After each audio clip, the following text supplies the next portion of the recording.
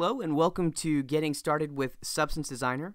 In this video, we're going to focus on FX maps. Now, FX maps are an extremely powerful feature of Substance Designer. FX maps are used to create your own custom patterns and noises, just as you see here with this Scratches map.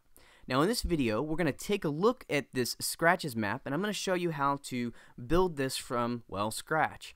And throughout that process, you'll get a good idea of how FX maps work. So to begin creating an FX map, the first thing that you'll do is we can just hit the space bar to open up our operational nodes. And here you'll see that we have an FX map node. So I'll go ahead and just left click this, and now we have this FX node here is created in our graph. And so we have this node selected. I can just right click on this node and I'll say edit FX map. Now what this does, and let's just expand our view here just a bit. Now what this does is it creates a new graph for us. And this graph is known as a Markov chain. So here we have the FX map for the Scratches map that we're going to be creating in this video. And so now you can see what this Markov chain actually looks like with some nodes connected. And so what this Markov chain means is that we are simply representing a core process. And what we're doing is we're just replicating and subdividing an image just over and over and over again. And that's what this chain represents. Now, the way that this works is that we have a root node, which is going to be at the top, and we're going to process from the top down towards the bottom. And so if I click the space bar here, you can see that within an FX map, I only have 3 node types. I have a quadrant, a switch, and an iterate. So the quadrant is going to be our main type of node, and if I go ahead and select this, you can see here this is our quadrant node, and the quadrant node is going to be responsible for creating patterns. With that pattern, we have parameters to modulate that pattern, such as the size, rotation, its offset, and so on. We also have an iterate node, so if I just go ahead, or excuse me, this is actually my switch node. So the switch node allows me to move between different branches. So this graph represents a process tree, and so I can have different branches. So here is a branch of a particular pattern, and here is a branch of a particular pattern. And I can use this switch node to move or variate between the two branches. And then here at the top we have the iterate node, which allows us just to again go through that process of repeating an image just over and over again. We're just reiterating this image as we process down through the tree. The main thing to take away at this point is that we have a process tree and it works from the top to the bottom, and then we have these 3 nodes that we're going to use, quadrant, switch, and iterate, to actually change and modulate our graph. And so while we have a graph and we have these quadrant nodes, we have all these parameters, and the other important aspect of an FX map is that each one of these patterns will need to be driven by a dynamic function to get this random nature that you see here in the actual map. And so in a previous video in the Getting Started series, I actually go through and I discuss dynamic functions. So if you're not familiar with that as yet, I recommend that you go and check that video first and just kind of get yourself familiar with creating functions, because we're going to be using them in this process. So this graph probably doesn't make any sense, and don't worry, we're going to go through this piece by piece, and we're going to build this up so that we can see how all this works. But for now, just to kind of give you an idea or an overview of what this graph actually looks like. And as you can see, it's not very many nodes, not very many processes to get a complex effect. So let's do this. Let's go back to our Scratches graph. Let's go into that first node that we created, that empty node, and let's just go ahead and edit that FX map, and let's start here from the beginning. Now one thing I want to do is I'm going to go back to my Scratches here, and I'm just going to double click to make sure that I'm viewing that FX map here in my 2D view before I move forward in the graph. So now we'll just click this tab, we'll go back into our graph, and we'll start with the quadrant node. So as we said earlier, our quadrant node here is responsible for drawing our pattern. So I have the node selected. We'll come over here to our properties, and let's just choose a pattern. So I'll hit the drop down here and I'll choose Gaussian. And now you can see that we're drawing this Gaussian shape here in our 2D view. And we can change things, like we could adjust our width here, so we can adjust our pattern size, we can adjust rotation, we can also adjust our offset, and so on. So we have these parameters for modulating, how this shape is actually being drawn. So I'm going to go ahead and reset these guys here. Something else I want to bring your attention to here on our quadrant is this luminosity slider. So I'm going to go back to the main graph, and I'm going to select the FX node that I created, and by default it's set to color, and I had changed it to grayscale. So if we change this to color and we go back into the FX node here and we'll select it, you can see that we now have this RGBA and alpha channels to work with. But what we're actually creating is a mask that we're going to use in a material color blend. So I want this to be grayscale. So I'm going to go back to the main graph, select the FX node, and then click grayscale to make sure that this is a grayscale. We go back to the FX node, the FX map graph, select the quadrant node, and now you see that we have this luminosity slider that we can work with. So we have our quadrant node. Our quadrant node is responsible for our pattern, and it also is responsible for subdividing this image. So each one of these outputs that you see here as part of this quadrant node is actually referring to a section of this image. So to illustrate that, I'm just going to come over here and I'm just going to divide this 2D view here into a quadrant. So here we'll just make a line through here and we'll just divide this guy into 4 sections or 4 quadrants. And like I said, each one of these sections here is referring to one of these. So we've got section 1, 2, 3, and 4. So that refers to, quadrant 1, 2, 3, and 4. And so what we can do is we can actually take this single image and subdivide it to get multiple versions of this Gaussian pattern that we have here. And in order to do that, we need to actually hook up or begin to build another link here in this chain that we're going to be creating. Now that was one of the things that was kind of confusing to me at first. Is I would check this node and it says quadrant node and it's dividing into 4 sections, but when you first look at it, it's definitely not doing that. And so that was one of the things that it kind of threw me off. So what we need to do is, just to illustrate this, let's select this node. I'll click the space bar and I'll click quadrant. Okay, so and at this point nothing's happened. All right, we're not really seeing this image being divided at all. And so the reason for that is in the way that we kind of view how these quadrant nodes are linked together. So like I said earlier, we're building a chain or a process tree. And the first node, which is the root node, again denoted by the yellow color here, or the yellow highlight that it has, is the start of this chain. And then we're going to move down the chain in this process. The final node that you have, this is going to be the node that's actually drawing our information or our pattern into the 2D view. So what we want to do in this case is we want to take this first pattern here and we want to switch this to no pattern. Okay, because this quadrant node, we don't want to actually draw the pattern. We just want this first quadrant node to subdivide the pattern into 4 quadrants or 4 sections. So now each one of those outputs, you can see them here, are being connected. So we got 1, 2, 3, and 4 being connected into the input of this quadrant node. Now this is our final quadrant node here. This is our final node in our small little process tree that we have here.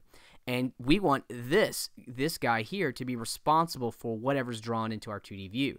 So in that case, we'll come over here to our pattern and we'll set this to Gaussian. And when I do that, you can see that we have this node, which is responsible for our pattern, and it's being fed by this quadrant node that is not drawing a pattern, but it is taking this and subdividing this tree here, or subdividing into sections. So here you can see that we have, section 1, 2, 3, and 4, and here they are. So if I go through here, we select this last output, and I remove it. So there was quadrant 4, 3, 2, and now we have none. So if I go ahead and just push this guy in, you can see that it's taking the quadrant 1, feeding it into this quadrant node. This quadrant node is just drawing a Gaussian, and so since it's being fed, or it's being told by the node above it to draw into quadrant 1, that's why it appears there. Let's do the same thing, because the quadrant node will divide or subdivide into 4 sections. Let's do it again. So we'll drag this guy in, and now you can see that this node, again, hey, he knows to draw a Gaussian pattern. How he draws that pattern is told by the node right above him, and the node above him is dividing, and it's saying put it into the second quadrant. If we wanted to, we could remove that and say only put it in the first and fourth quadrant. So now we get this kind of pattern here.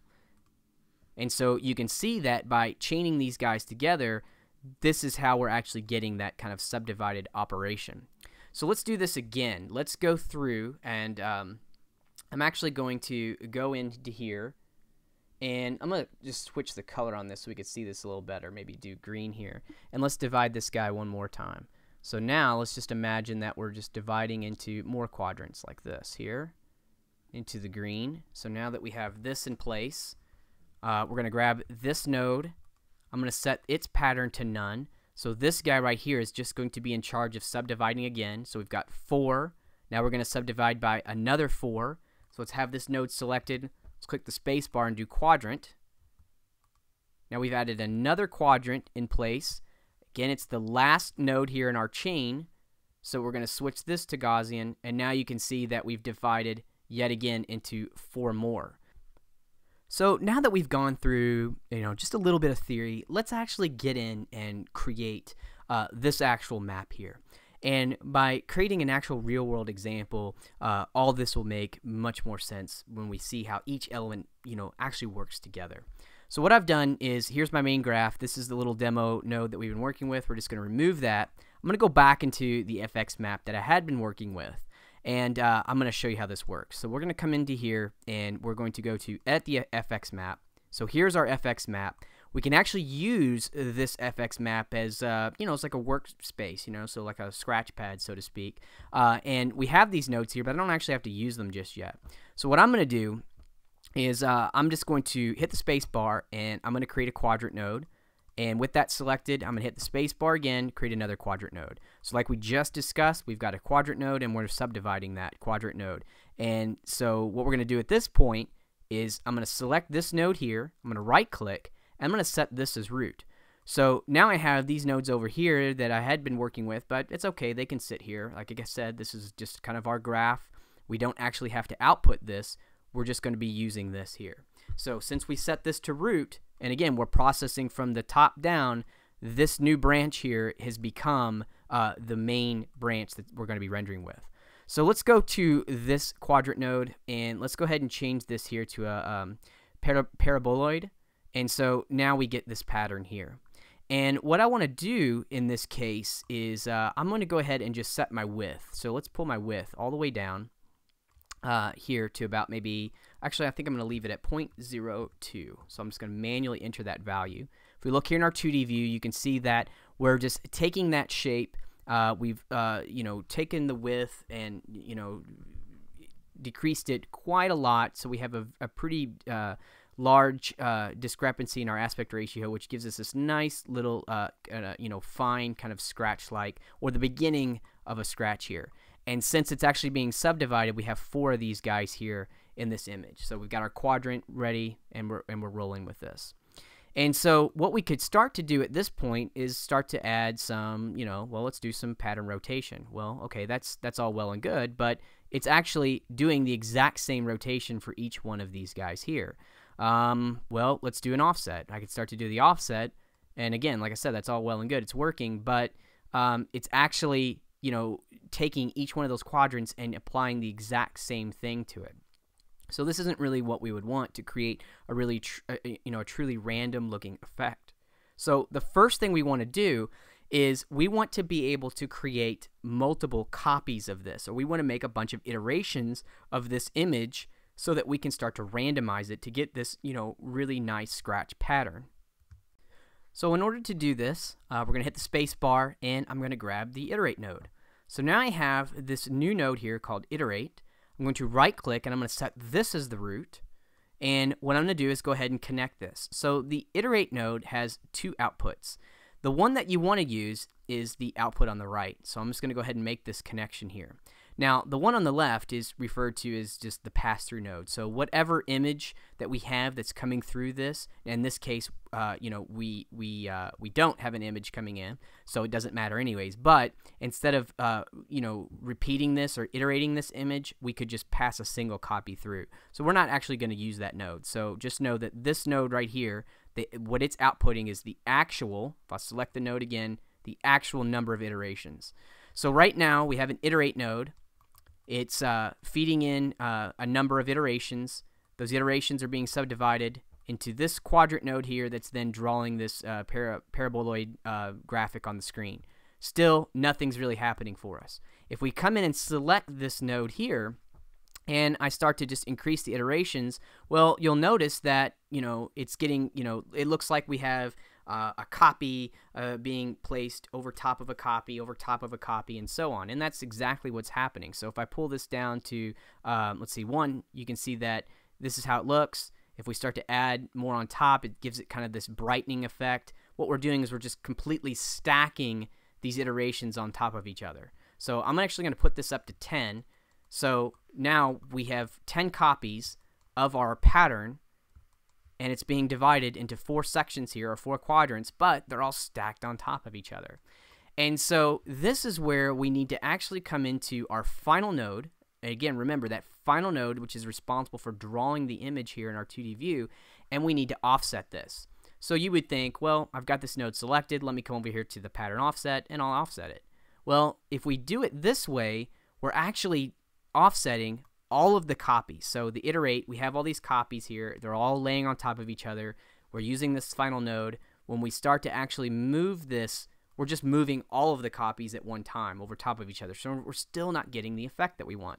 So what we want to do with this is we need to use a dynamic function to actually make this truly random, because we want this to be a random effect. Right now, if you think about it, it makes sense. We're taking this iterate here, which is making a bunch of copies, and we're actually moving all the copies on the x 0.22 as a value. So we're just moving them all the same, so no wonder they would still be, right on top of each other. So we need to randomize this. And like I said, the only way to do that is through a dynamic function. So it's actually pretty simple to do. So we have this pattern offset. I'm going to come over here to this function button. I'm going to click this button here, and I'm going to choose the option for empty function. Okay, so now we've gotten rid of our controls. We can't really control these values here in the interface anymore. We need to do it with another function graph.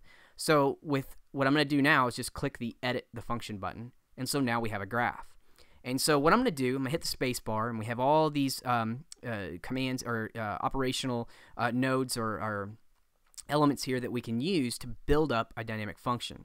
And I've actually covered this in an earlier video in the Getting Started series, so we actually went through the process of creating dynamic functions. So if you're feeling kind of lost right here in this section, definitely go back, check that first video out, and then come back, and it'll make more sense. So what we want to do first is I'm going to hit the space bar, and I'm going to come over here to a constant, and I'm going to grab just a float. So this node right here just represents a number for me, like a float.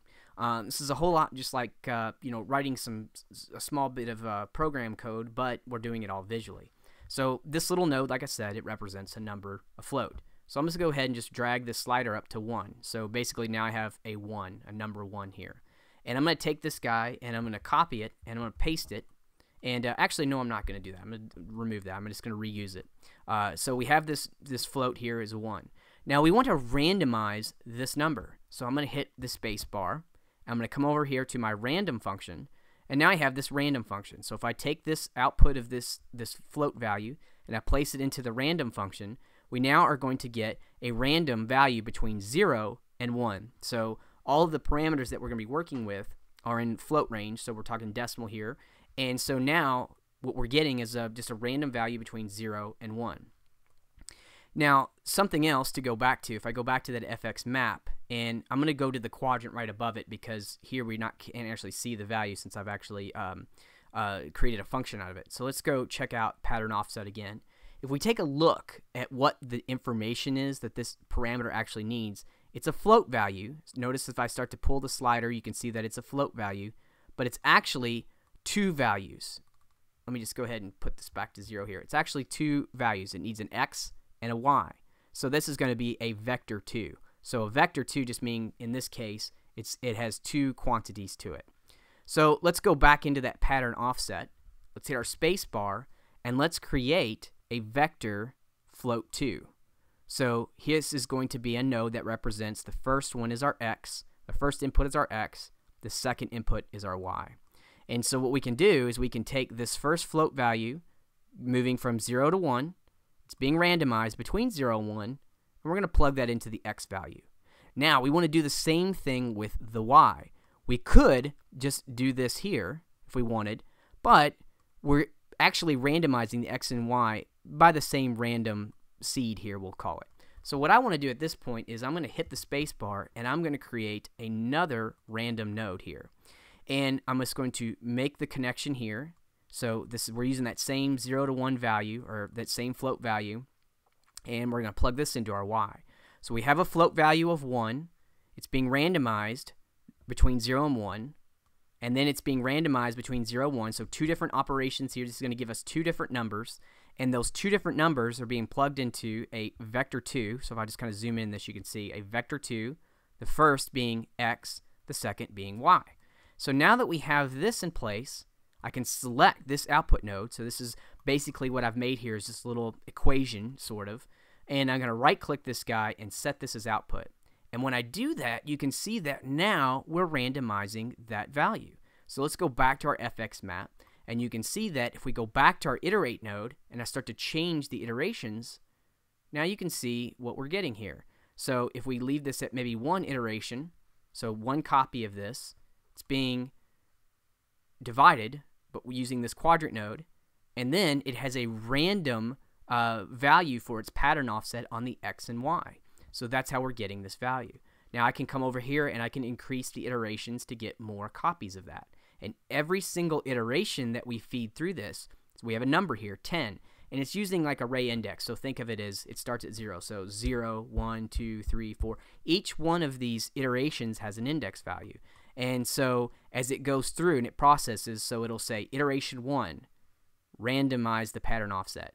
Then it's done and it goes to iteration number 2. So we're constantly going through this cycle here of we're moving through this graph. So iteration 1, subdivide the shape. Come down to the quadrant node, randomize the pattern offset. Rinse and repeat over and over again. So now we come back to the top again and we're at iteration number 2. Goes through the same thing. Subdivide it, or subdivide it. Come down to the final quadrant node, do a pattern offset, random for this x and y. And then again and again and again, all the way until we get to the end of the iterations that we need.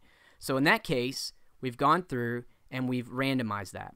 Let's do it again here with maybe something like our, let's see here. Let's do another parameter. Let's do our width. So one of the things that we want to do is we want to keep our width at 0.02, but it would be kind of cool if we randomize the height. So let's do that. Let's come over here and let's go into our functions here.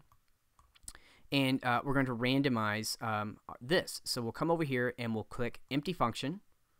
All right, now right off the bat, you can see that this is going to look a little bit wonky at first, but we'll go ahead and fix that. So what I'm going to do is just go into my function graph here, and then I'm going to do the same thing. So I'm going to come into here. I'm going to create a constant float, and I'm going to actually create 2 of these in this case. So I'm just going to copy this and paste it. The first float, which is going to be our width, let's go into here and change that to 0.02. So we're just going to hard code that width that we had already set. Now let's go back to the height. This is going to stand in for our height. So let's pull this guy all the way up to 1, and we're going to hit the space bar again. Let's do a random. So let's hook this up. So now we have a random here.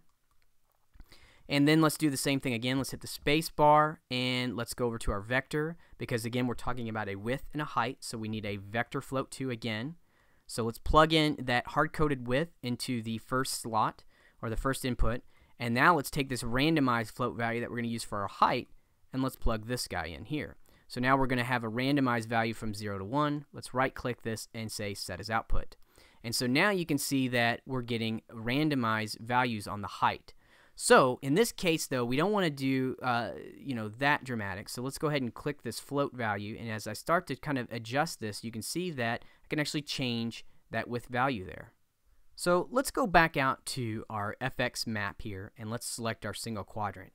So what you have seen thus far is that we have these parameters.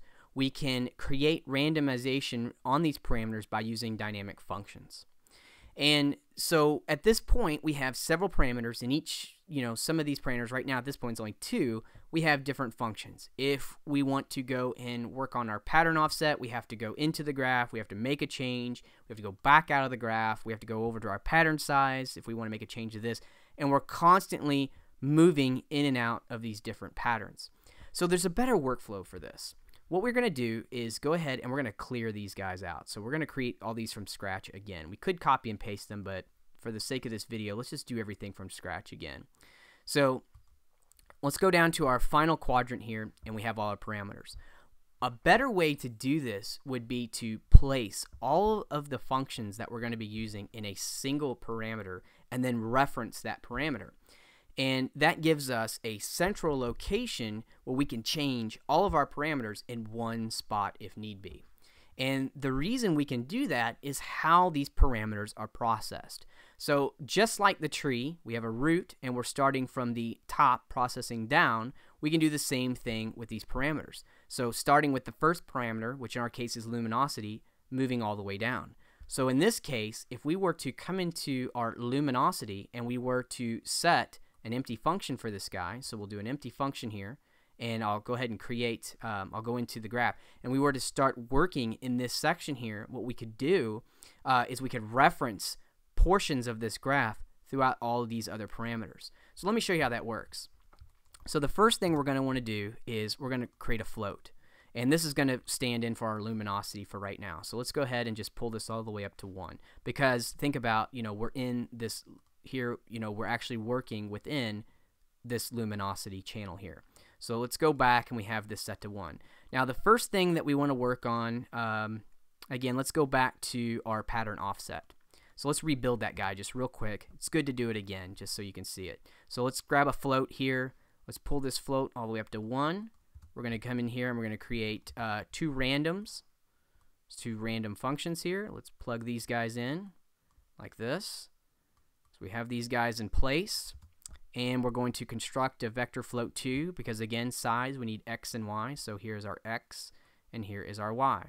So now we have this section here, or these nodes here that are basically going to modulate or randomize our x and y offset. And we want to be able to reference this. So with this node selected, I'm going to hit the space bar. I'm going to come over to a variable, and I'm going to create a variable. I'm going to set a variable. And so in this variable set here, I'm going to name this, and I'm just going to call this size. So we need to know, remember the name that this is going to be size. Okay, so now I have, some operations here, and then all those operations are being stored in a variable called size. And so what I want to do now is I want to have this graph, basically, I want to be able to sequence this graph. So I basically want to be able to run an operation that processes this section here for our luminosity and this section here for our size. And you can do that by just clicking the space bar, coming all the way down to control, and clicking sequence. So what I'm going to do here is just plug in the sequence. So I'll just plug this into the first part and plug this into the second part. And so here we have our sequence node, and I'm going to right click the sequence node and say set as output. Okay, and so nothing's actually changing. Remember, we have our luminosity. If I wanted to change this value, I could, but we're not actually going to work with that for right now. So the sequence is basically going to run first. Now, in this case, in a function graph like this, we're going to be moving from the right to the left. So the sequence graph is going to run first, and then it's going to look at these 2 branches, basically. It's going to run this branch, and then it's going to run this branch. And it's going to return these as separate values. And remember that we took this branch and we set it as a variable. So let's go back to our FX map here, and now what we want to do is go to our pattern size, or excuse me, our pattern offset. That's what we're working with. We're going to click this, and we're going to go to empty function. Okay, so within this empty function, we'll click this button here, and now all we have to do in this case is just hit the space bar, go to variables, and we're actually going to get a float 2, because remember we're talking about 2 x and y, so we're going to get a float 2, and with this guy selected. Now in this case we can't actually access the variable here as a drop down like we had shown in the previous video. We're going to have to actually type this in. So we're going to type size, And so now this variable is referencing that size. We'll right click, set as output. And so now you can see that, well, we've taken care of something here. Something's happened, but we need to actually set the pattern offset here. Or, excuse me, the actual pattern size. We haven't actually changed our size. So we're going to come over here to our width. So remember, for our width, we wanted that to be 0.02. So let me just click this in here, and we'll just manually enter this. So 0.02. So now we are getting the offset here. Now what's really nice, again, like I said, is now if we come over to our color and luminosity and we click our function graph button, we now have the size being controlled here and our luminosity here. So what we'll do is we'll select these nodes, we'll right click, we'll add a frame to this, and this here, we'll give this a title of size. We'll do the same thing here. We'll select this node here, right click, we will add a frame, and we'll call this is our luminosity. So now we can keep track of these different sections here for our graph.